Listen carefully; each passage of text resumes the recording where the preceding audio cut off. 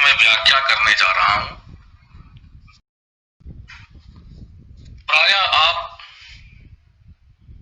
संदर्भ और प्रसंग इन दो शब्दों को सुनते हैं, लेकिन इनमें अंतर है और इसी अंतर को सबसे पहले मैं स्पष्ट करा रहा हूं। बच्चों, संदर्भ किसे कहते हैं? अगर यह प्रश्न उठता है तो मैं स्पष्ट करा दूं, कोई भी कविता अथवा गद्य का अंश विशेष व्याख्या के लिए जहां से लिया जाता है,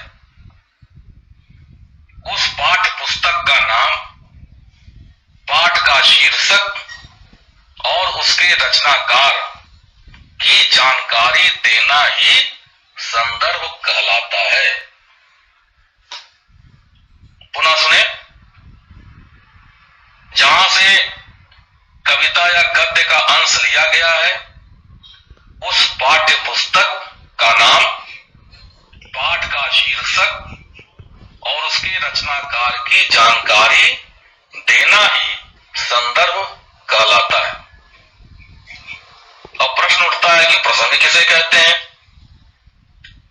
तो बच्चों, जिस अंश को व्याख्या के लिए लिया गया है, जिस पैराग्राफ को व्याख्या के लिए लिया गया है, उसमें कौन सा विचार, कौन सा भाव या घटना का वर्णन है, इसकी जानकारी देना ही प्रसंग कहलाता है।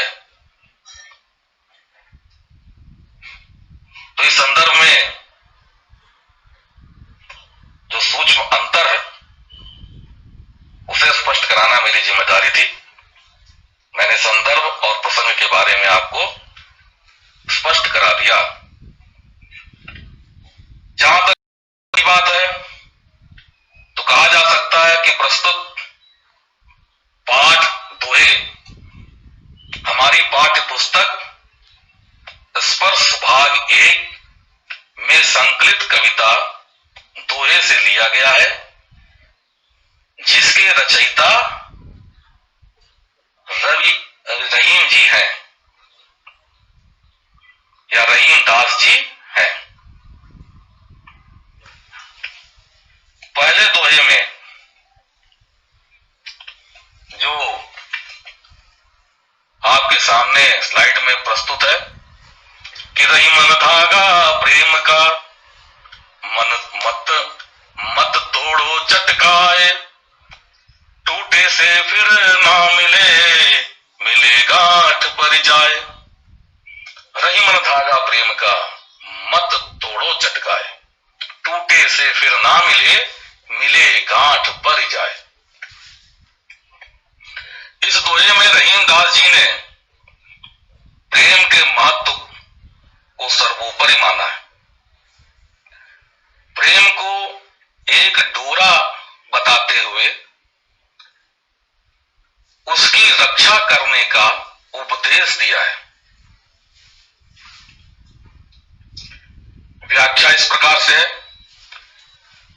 यह प्रेम एक डोरा की तरह है, अतः इसे सहसा अचानक नहीं तोड़ना चाहिए, क्योंकि जिस प्रकार डोरा टूट जाने पर फिर मिलकर एक नहीं होता, और यदि यह किसी प्रकार मिलकर एक कर भी दिया जाता है, तो उसमें गांठ तो अवश्य पड़ जाती है, पहले जैसा वह रहता नहीं। उसी प्रकार प्रेम के एक तार के टूट जाने पर वह पुनः दोबारा नहीं मिलता, उसी रूप में नहीं आता।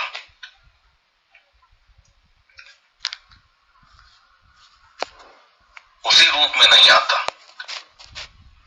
यदि किसी प्रकार उसे मिला भी दिया जाए, तो उसमें गांठ पड़ जाती है और उसकी पहले जैसी एक रूपता तथा एक रस्ता समाप्त हो जाती है। तो कहने का भाव यह है कि प्रेम के एक बार नष्ट होने के बाद दोनों प्रेमियों के हृदय में कुछ न कुछ भेदभाव आ ही जाता है और प्रेम की एक रूपता समाप्त हो जाती है। रहीम जी के जो जितने भी दोहे हैं जो आपको पढ़ने के लिए मिले वे सभी ब्रजभाषा में है, नीति परक सभी दोहा छंद सरल है, सहज है तथा प्रवाहमयी है। और रहीम जी ने इस दोहे के माध्यम से यह स्पष्ट संदेश दिया है कि प्रेम के बंधन को भूल से भी तोड़ने का प्रयास नहीं करना चाहिए। दूसरा दोहा है, रही मन निज मन की विथा मन ही राखो गोय, रही मन निज मन की विथा मन ही राखो गोय, सुनी अटि लई हैं लोग सब बांट लई है कोई। निज का अर्थ है अपनी, विथा व्यथा दुख, गोय छुपाकर। सबसे महत्वपूर्ण दो शब्द है इस दोहे में, एक है गोय और अटि लई है। इन दो का अर्थ जान लेने पर इसकी व्याख्या समझ पाना सहज होगा, सरल होगा। गोए छुपाकर, अटि लई है हंसेंगे, बांटी बांटना, कोई कोई। तो बच्चों प्रस्तुत दोहे का भावार्थ यह है कि हमें अपनी व्यथा को, अपने दुख को दूसरों के सामने प्रकट नहीं करनी चाहिए। हमें अपने मन के दुख को दूसरों के सामने प्रकट नहीं करनी चाहिए, क्योंकि लोग हमारे दुख से न तो दुखी होंगे और न ही उसे दूर करने की कोशिश करेंगे। बहुत महत्वपूर्ण बातें रहीम जी ने बताई है और ये हर काल में, हर परिस्थिति में समझने और ग्रहण करने योग्य है। रहीम जी कह रहे हैं कि अपने मन की व्यथा को, अपने मन के कष्ट को दूसरों के सामने भूल कर भी प्रकट नहीं करना चाहिए, अर्थात दूसरों को नहीं बताना चाहिए, क्योंकि लोग दुख को सुनकर के ना तो दुखी होंगे और ना ही दुख को दूर करने के लिए हमारी मदद करेंगे, बल्कि व्यथा को, कष्ट को सुनकर हम पर हंसेंगे। इसलिए उत्तम यही है कि हम अपनी पीड़ा को, अपने कष्ट को, अपने व्यथा को, अपने दुख को अपने मन में ही छुपाकर रखें, अपने मन में ही छुपाकर रखें, किसी के सामने प्रकट न करें। ये विद्यार्थियों, यह तो रहीम दास जी का कथन है, लेकिन मेरा जो व्यक्तिगत विचार है वह यह है कि जीवन में माता पिता से बढ़कर कोई हितैषी नहीं, मतलब माता पिता सर्वोपरि, तत्पश्चात कोई। अब माता पिता सबसे बड़े हितैषी हमारे शुभचिंतक हैं, कभी भी हमारा बुरा नहीं सोचेंगे, गलती होने पर माफ ही करेंगे, हंसी नहीं उड़ाएंगे, हर तरह से हमारी मदद करेंगे। तो कुछ बातें ऐसी होती हैं जिसे हम स्वयं अपने तक रखेंगे तो संभवतः उससे नुकसान भी हो सकता है। तो ऐसी स्थिति में देश काल परिस्थिति के आधार पर विचार करके अपने माता पिता से अवश्य कहना चाहिए। अपने मन की पीड़ा को यदि उचित है उन तक पहुंचाना आपको विचारणीय लग रहा है तो उनसे कह देना चाहिए। पुनः बता रहा हूं, यह विश्वास रखें कि माता पिता आपके सबसे बड़े हितैषी हैं। कभी भी किसी भी स्थिति में वो आपका बुरा नहीं सोचेंगे, नहीं चाहेंगे। तो कुछ ऐसी बातें होती हैं जो मन को बहुत कष्ट देती हैं, तो मन को अगर हल्का करना भी है तो ऐसे में माता पिता से सलाह लेनी चाहिए, उन्हें अपने मन की पीड़ा बतानी चाहिए। तो वह जितना संभव हो सकेगा हमारे कष्टों को दूर करने का प्रयास करेंगे, सही ज्ञान देंगे। ये मेरा व्यक्तिगत विचार है और रहीम जी ने जो कहा है वो मैंने आपको स्पष्ट करा दिया। ठीक है बच्चों, अब अगले दोहे पर विचार करते हैं। एक साधे सब सधे, सब साधे सब जाए। एक साधे सब सधे, सब साधे सब जाए। रही मन मूल नहीं सींचबो, फूले फले अघाए, फूले फले अघाए। साधे साधना, संभाल लेना या अपने वश में कर लेना। मूल ही जड़, सींचिबो सींचना, अघाए तृप्त। रहीम दास जी कहते हैं, एक काम को साधने के लिए बहुत से काम सध जाते हैं। एक काम को साधने से ही बहुत से काम सध जाते हैं, अर्थात वे हल हो जाते हैं।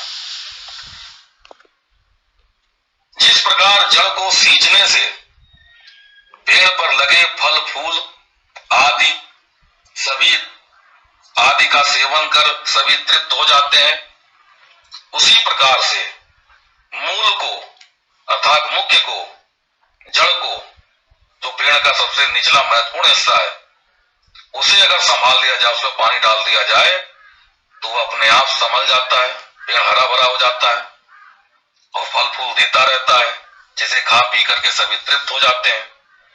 तो एक एक पत्तों पर, डालियों पर पानी देने से, उसे सींचने से वो लाभ नहीं होगा जितना कि मुख्य रूप से जड़ में पानी डाला जाए तो लाभ ही लाभ है। इसी प्रकार से यदि कोई लाभ लेना हो, किसी समस्या का समाधान करना हो, किसी कार्य को सिद्ध करना हो, तो उचित होगा कि जो मुख्य है उस राज्य का, उस जिले का, उस संस्था का, उस परिवार का जो मुखिया है उसे अपने वश में कर लेना चाहिए, अर्थात उसे अपनी बातों से आश्वस्त कर देना चाहिए, भरोसे में ले लेना चाहिए कि जो भी हम कदम उठाने जा रहे हैं वह उनके लिए, उनके परिवार के लिए, उनके समाज के लिए कितना हितकारी है। यदि मुखिया संतुष्ट हो जाते हैं तो परिवार के सभी सदस्य, समाज के सभी सदस्य अपने आप आपके वश में हो जाएंगे और आपका कार्य सिद्ध हो जाएगा। अब बच्चों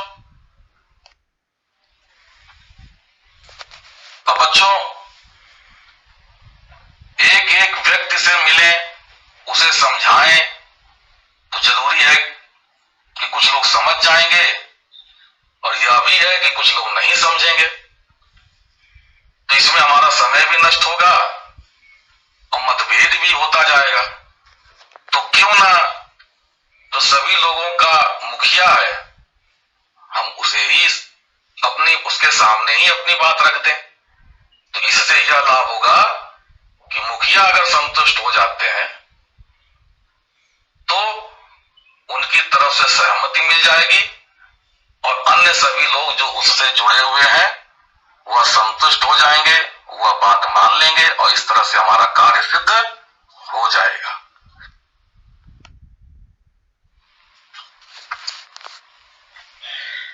दुआ है, चित्रकूट में रमि रहे रहीमन अवध नरेश, जा पर विपदा पड़त है सो आवत यह देश।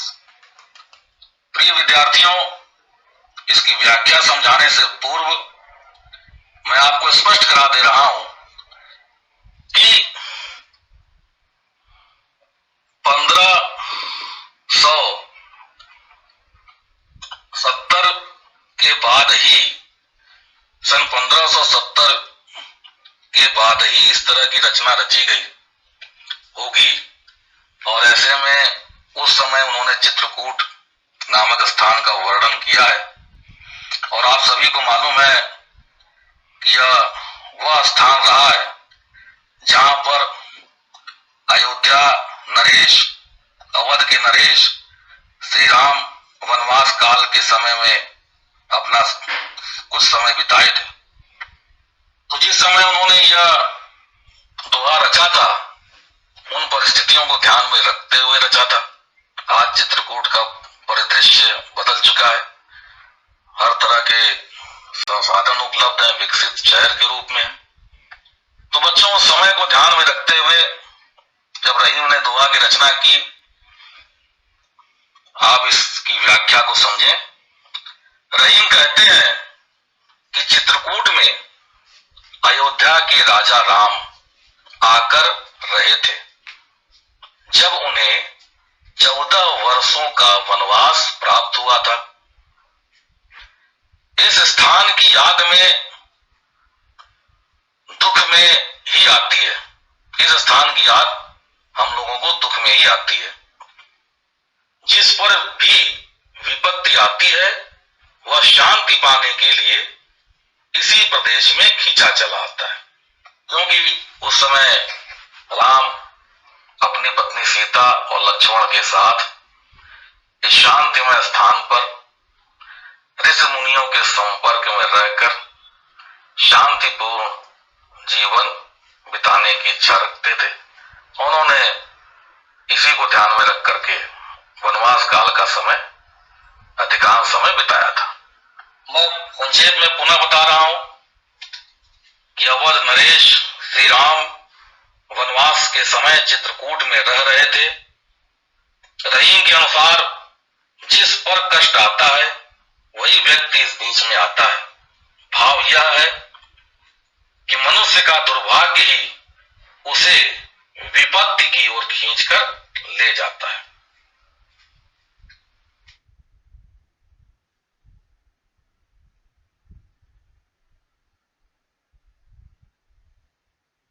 श्री राम का उदाहरण देकर मानव पर आई विपत्ति की बात समझाई गई है।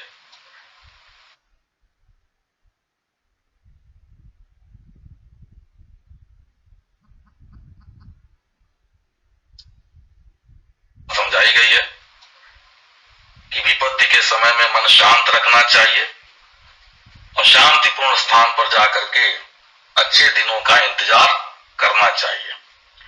विपत्ति जब भी जीवन में आती है, हर व्यक्ति के जीवन में सुख भी आता है तो दुख भी आता है। तो जब दुख आए, मुसीबत का समय हो, विपत्ति काल हो, उस समय घबराना नहीं चाहिए, बल्कि उचित यही है शांतिपूर्ण स्थान पर जाकर मन को शांत करना चाहिए और अच्छे दिनों का शांति मन से इंतजार करना चाहिए। और उस पल में, उस समय में यह विचार करना चाहिए कि हमारे में क्या क्या कमियां रही हैं, हम और कितना अपने आप को सुधार सकते हैं। ठीक है बच्चों, मुझे उम्मीद है कि आप समझ गए होंगे। अगला दोहा बहुत महत्वपूर्ण,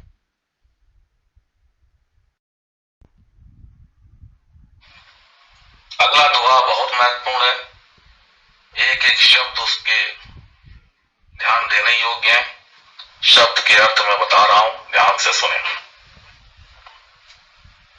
तो बच्चों, दीर्घ का अर्थ है दीर्घ, अधिक, अर्थ, अर्थ, आशय, आखर का अर्थ है अक्षर, थोड़े थोड़े, कुंडली, कुंडली का अर्थ है गोल आकार वाला, जैसे छल्ला होता है, बाला या कड़ा है, वो भी गोल आकार का है, लेकिन वह छल्ला जो करीब 1-8 फुट का हो। तो तंग मुंह वाली कुंडली, कूद चढ़ी जाए, कूद कर चढ़ जाता है। तो प्रस्तुत दोहे का भावार्थ यह है कि जो दोहा का अर्थ होता है वो बहुत गूढ़ अर्थ वाला होता है। मतलब अक्षर उसमें कम होते हैं लेकिन भाव उसका बहुत बड़ा होता है। तो कम अक्षरों में गहरे आशय इस छंद द्वारा व्यक्त होते हैं, दोहा के द्वारा व्यक्त होते हैं। ठीक वैसे ही जैसे नट कलाबाजी दिखलाने वाला उछलकर तरह तरह के शरीर का हाव भाव प्रकट करके अपने जो कर्तव्य दिखलाता है वो नट कहलाता है। तो वह नट कूद कर रस्सी पर चढ़ जाता है और संभल कर उस पर चलता रहता है, अर्थात वह कर्तव्य दिखाने में निपुण होता है। वैसे ही दोहा छोटा होने पर भी गहन अर्थों से भरा होता है। इस तरह समझे कि रहीम कहते हैं कि दोहा छंद ऐसा है जिसमें अक्षर बहुत कम होते हैं किंतु उनके भाव में, उनके अर्थ में बहुत गहराई होती है, बड़े बड़े अर्थ छिपे रहते हैं। जिस प्रकार कोई कुशल बाजीगर नट अपने शरीर को सिकोड़कर तंग मुंह वाली छोटे आकार वाली कुंडली के बीच में से तंग मुंह वाली छोटे आकार वाली कुंडली के बीच में से कुशलता पूर्वक निकल जाता है, उसी प्रकार कुशल दोहाकार दोहे के सीमित शब्दों में, दोहा का रचनाकार दोहाकार दोहे के कम से कम शब्दों में बहुत बड़ी और गहरी बातें कह डालते हैं। ठीक है बच्चों, जो रिकॉर्डिंग है उसे पुनः सुन लीजिएगा, चीजें समझ में आ जाएंगी, भाव समझ में आ जाएगा।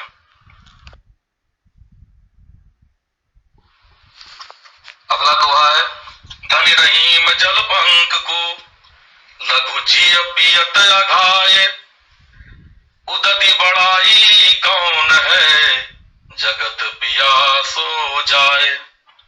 उदति बढ़ रहीम, धनी रहीम, धनी माने धन्य है, पंख कीचड़ का, पंख जल कीचड़ का जल, लघु जीव छोटे जीव, पियत पीकर अघाय तृप्त होते हैं, उदति समुद्र, बड़ाई बड़प्पन प्रशंसा, जगत संसार पियासों प्यासा।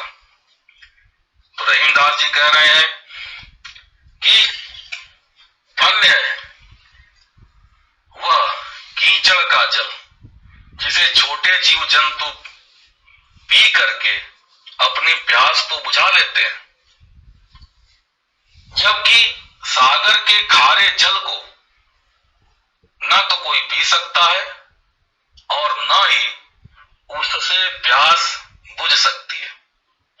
भाव यह है कि संसार में महत्व उपयोगिता का ही है, जो काम आ जाए वही सर्वश्रेष्ठ है, वही उपयोगी है, बड़े होने का नहीं। समुद्र में तो अपार जल होता है किंतु उसकी उपयोगिता जलपान के लिए होती नहीं। कोई जीव मनुष्य जो है उसके पानी को पी नहीं सकता, तो वो समुद्र मनुष्य की प्यास को तो बुझा नहीं सकता। खारा होने के कारण से बहुत सारे जीव जंतु भी उसके जल को ग्रहण नहीं कर सकते। अब ये अलग बात है कि जो समुद्र के जल में ही जन्म लिया हो तो वह व्यस्त है, उसी में जन्म हुआ है, वही रह रहा है, उसकी बात अलग है। लेकिन समुद्र से हटकर जो जीव जंतु विचरण कर रहे हैं संसार धरती पर, वे समुद्र के जल को खारा होने के कारण से पीना पसंद नहीं करते, जबकि उसमें अथाह जल है। लोग प्यासे रह जाते हैं लेकिन समुद्र के जल से प्यास बुझा नहीं पाते। तो ऐसे अथाह जल को रखने वाले समुद्र की उपयोगिता क्या है? उपयोगी तो वह कीचड़ युक्त जल ही है जिससे छोटे जीव जंतु कम से कम प्यास तो बुझा लेते हैं। तो इस उदाहरण के द्वारा रहीम जी ने यह स्पष्ट कराया है, यदि कोई सामर्थ्यवान है, धन संपदा जिसके पास है, हर तरह से वह सक्षम है, सामर्थ्यवान है दूसरों को लाभ देने के लिए, दूसरों के हित के लिए काम करने के लिए, लेकिन वह दूसरों के लिए काम कर नहीं रहा, परोपकार दिखला ही नहीं रहा है, मानवीय गुणों को दिखला ही नहीं रहा, काम आ ही नहीं रहा है, तो ऐसे बड़े होने से क्या फायदा। इससे तो अच्छा वे लोग हैं जो कम से कम दूसरों के काम तो आते हैं, भले आकार प्रकार सामर्थ्य वे छोटे ही क्यों ना हो। तुलनात्मक दृष्टिकोण से समुद्र से बहुत छोटा ही क्यों ना हो,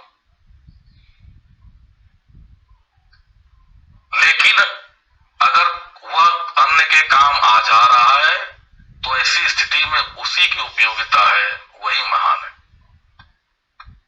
इसी बात को और संक्षेप में कह लें तो सीधी सी बात है कि समुद्र के जल की तुलना में तालाब का कीचड़ युक्त जल अधिक उपयोगी है, जिसे छोटे जीव जंतु पी करके अपनी प्यास बुझा लेते हैं, जबकि समुद्र का अपार जल खारा होने के कारण भी किसी की प्यास बुझाने के काम नहीं आता। अतः इसका मतलब मुख्य रूप से यह है कि महान वही है जो किसी के काम आए। प्रिय विद्यार्थियों, इससे संबंधित आप एक दुआ और सुन चुके हैं कि बड़ा हुआ तो क्या हुआ, जैसे पेड़ खजूर, पंथी को छाया नहीं, फल लागे अति दूर। तो बड़पन तभी है जब हम किसी के काम आ सकें।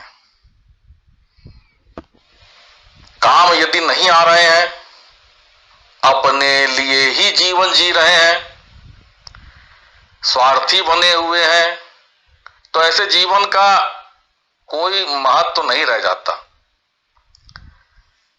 मनुष्य कहलाने के लिए मानवीय गुणों को अपनाना पड़ता है, अन्यथा पशु समान बन जाने की स्थिति होती है। समाज पशु समान ही महत्व देता है। जिस तरह से पशु स्वयं अपने लिए जीवन जीते हैं, तो जो व्यक्ति केवल अपने बारे में ही सोचता है, स्वार्थी बना रहता है, जो दूसरों के काम आता ही नहीं, मानवीय गुणों को अपनाता ही नहीं, संसार उसको महत्व क्यों देगा। तो रहीमदास जी ने विभिन्न दोहों के माध्यम से बहुत जीवन के लिए अत्यंत महत्वपूर्ण बातें बताई हैं। उनसे यह स्पष्ट है कि हमें किस तरह से घर परिवार समाज के बीच में रह करके जीवन यापन करना चाहिए, किस तरह से मानवीय गुणों को अपनाना चाहिए। जो व्यक्ति मन में वसुधैव कुटुंबकम की भावना रखते हुए जीवन यापन करता है, सारे संसार को परिवार के रूप में मानता है, निस्वार्थ भाव से उनके लिए 4 कदम बढ़ाने के लिए प्रयत्नशील रहता है, संसार में उसी का महत्व है। अन्यथा अनगिनत लोग जन्म लेते हैं, मृत्यु को प्राप्त करते हैं, लेकिन उन्हीं के पैरों के निशान दिखाई देते हैं जो व्यक्तित्व अपने जीवन में अपने व्यक्तित्व से आदर्श गुणों को दर्शा करके एक अमिट छाप छोड़ जाते हैं। इसलिए हमें भी जीवन में अच्छी भावनाएं रखनी चाहिए, अच्छे गुणों को अपनाना चाहिए। बड़े भाग्य से मनुष्य को यह शरीर मिला है, जीवन रहते हुए अच्छे कर्म करने पर विशेष ध्यान देना चाहिए।